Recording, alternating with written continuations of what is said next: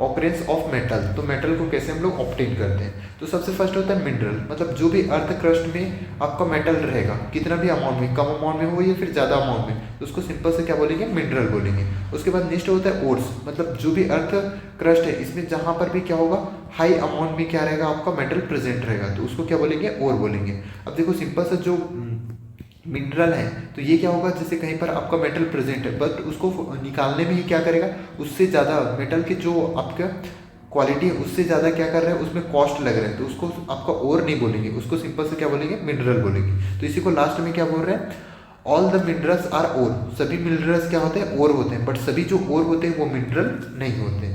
Next देख लेते हैं, जो मेटल में रिएक्टिव सीरीज में जो लो बॉटम में होते हैं, जैसे कि आपका गोल्ड, प्लेटिनम और सिल्वर, ये क्या करते हैं, आपके फ्री स्टेट में होते हैं, बट जो कॉपर और सिल्वर होते हैं ये आपके सल्फाइड और ऑक्साइड ओर के फॉर्म में होते हैं। अब उसके बाद मेटल जो मॉडरेट रिएक्टिव, जो मिडल रिएक्टिव सीरीज में होते हैं, जैसे जिंक, आपका आयरन और लेड, ये क्या होता है, मेनली ऑक्साइड, सल्फाइड या फिर कार्बोनेट के फॉर्म में होते हैं।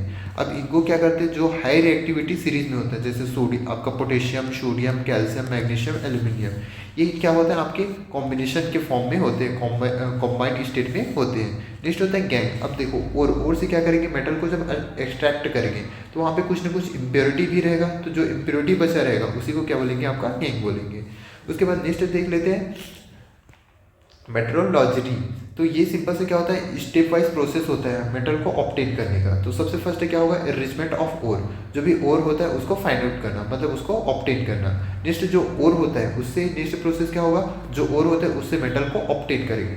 अब मेटल तो ऑब्टेन कर लिए, बट वो क्या मेटल क्या रहेगा, आपका इम्प्योर रहेगा, तो उसका रिफाइनिंग करेंगे। नेक्स्ट प्रोसेस रहेगा जो इम्प्योर मेटल है उसका रिफाइनिंग करेंगे। तो चलिए वन बाय वन देख लेते हैं। तो सबसे फर्स्ट देख लेते हैं मेटल को लो रिएक्टिविटी सीरीज में रहेंगे उसको कैसे ऑब्टेन करेंगे।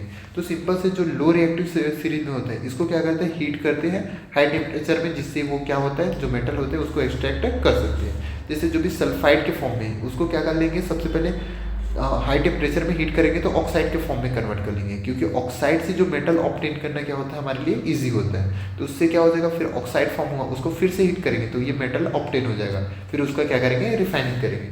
जैसे आपका सिल्वर सल्फाइड होता है, तो सॉरी ये आपका मर्क्यूरिक सल्फाइड होता है, तो ये जब इसको हीट करते हैं तो ये क्या फॉर्म कर लेते हैं, मर्क्यूरिक ऑक्साइड फॉर्म कर लेते हैं। इसको फिर से हीट करते हैं तो इससे आपका जो मर्करी है वो आपका सेपरेट हो जाते हैं, और इसको फिर से क्या करते हैं, आपका रिफाइनिंग करके इसको प्योर कर लेते हैं। उसके बाद नेक्स्ट जो कॉपर होता है ये किसके फॉर्म में होता है, सल्फाइड के फॉर्म में होता है। तो कॉपर सल्फाइड ऑक्सीजन के साथ रिएक्ट करके कॉपर ऑक्साइड फॉर्म करता है, और क्या करते हैं, सल्फर डाइऑक्साइड गैस रिलीज करते हैं। उसके बाद जो कॉपर ऑक्साइड फॉर्म हुआ है उसको फिर से कॉपर सल्फाइड के साथ रिएक्ट कराते हैं, तो इससे क्या होता है, आपका जो कॉपर है वो सेपरेट हो जाता है, और जो सल्फर डाइऑक्साइड है गैस है ये रिलीज हो जाता है। नेक्स्ट देख लेते हैं extraction of metal middle reactive series में। अब जो भी मेटल मिडिल रिएक्टिव सीरीज में रहेगा उसको कैसे करेंगे, तो मेटल इजिली ऑब्टेन करना होता है ऑक्साइड। अब जो भी मेटल होता है उसको ऑक्साइड से ऑब्टेन करना क्या होता है, इजी होता है। इसीलिए जो सल्फाइड और कार्बोनेट के फॉर्म में जो ओर्स होते हैं उसको सबसे फर्स्ट क्या करते हैं, ऑक्साइड के फॉर्म में कन्वर्ट करते हैं। अब जो भी मेटल ओर होते हैं उसको हीट करते हैं स्ट्रांगली एक्सेस ऑफ एयर में, तो इसको बोलते हैं आपका रोस्टिंग बोलते हैं। तो जैसे जिंक सल्फाइड था, सॉरी जिंक सल्फेट था, इसको ऑक्सीजन के प्रेजेंट में क्या किए, हीट किए, तो ये जिंक ऑक्साइड में कन्वर्ट हो गया। इसी टाइप से जो मेटल होते हैं मेटल ओर को इसको स्ट्रांगली हीट करते हैं लिमिटेड एयर के सप्लाई में, तो इसको बोलते हैं कैल्सिनेशन बोलते हैं। तो जैसे जिंक कार्बोनेट था, इसको जब हीट किए तो जिंक ऑक्साइड और कार्बन डाइऑक्साइड गैस रिलीज हुआ।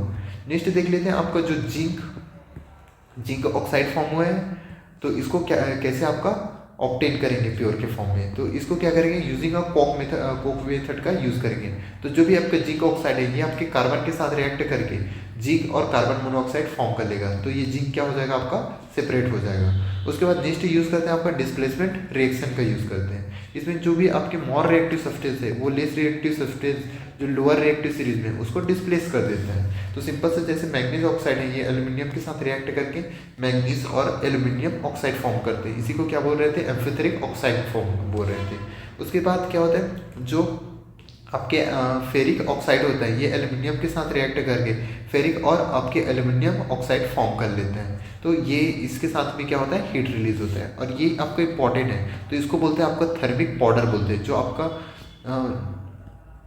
आयरन का ऑक्साइड होता है, आपका फेरिक ऑक्साइड होता है और एल्यूमिनियम होता है, इनके कॉम्बिनेशन पाउडर के फॉर्म को क्या बोलते हैं, आपका थर्मिक पाउडर बोलते हैं। और इसी का यूज़ किसके लिए करते हैं, जो रेलवे ट्रैक होते हैं उसके जॉइंट को, ट्रैक के जॉइंट को फिलअप करने के लिए करते हैं। या फिर जो बड़े बड़े मशीन होते हैं उसके कुछ भी पार्ट अगर डैमेज हो गया, जैसे ब्रेक हो गया, तो उसको क्या करते हैं, आपका ज्वाइन करने के लिए इसका यूज़ करते हैं। और इस रिएक्शन को थर्मिक रिएक्शन बोलते हैं। नेक्स्ट देख लेते हैं आपका reacting metal at the top of reactivity series. अब जो भी टॉप रिएक्टिव सीरीज में रहेगा उसको कैसे एक्सट्रैक्शन करेंगे, तो सिंपल से ये क्या होता है, एफिनिटी होता है ऑक्सीजन के साथ, मतलब ये ऑक्सीजन के साथ बहुत ज़्यादा कंबाइन के फॉर्म में होते हैं कार्बन के कंपेयर में।